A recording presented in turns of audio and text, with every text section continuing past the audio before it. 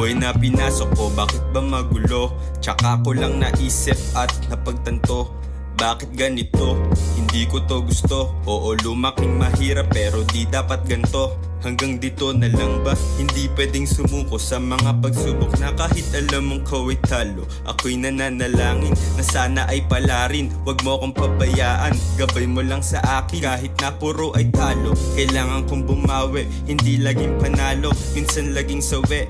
Kaya hindi titigil hanggat di nakakamit ang mga pangarap na gusto mo nang masungkit. Magkaroong sariling bahay o maging negosyante, basta ang pera dapat yan laging dinadali. Hindi ka mabubuhay kung nakahiga palagi. Hindi ka aasenso kung nakatunganga lagi. Dami kong problema na laging pasan-pasan. Di ko rin alam kung paano ko lalakasan.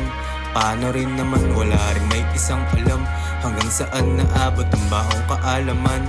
Dami kong problema na laging pasan-pasan. Di ko rin alam kung paano ko lalakasan. Paano rin naman wala rin may isang alam hanggang saan naabot ang baong kaalaman.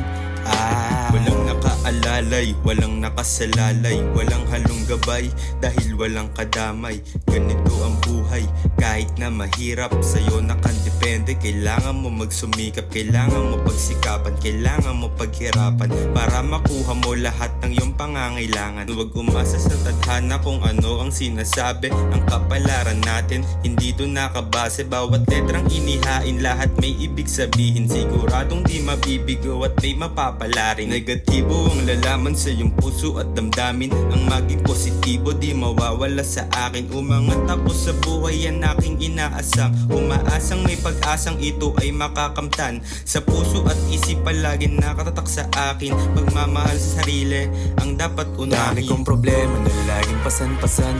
Di ko rin alam kung paano ko lalakasan. Paano rin naman wala rin may isang alam hanggang saan naabot ang baong kaalaman. Dami kong problema na laging pasan-pasan. Di ko rin alam kung paano ko lalakasan. Paano rin naman wala rin may isang alam hanggang saan naabot ang baong kaalaman.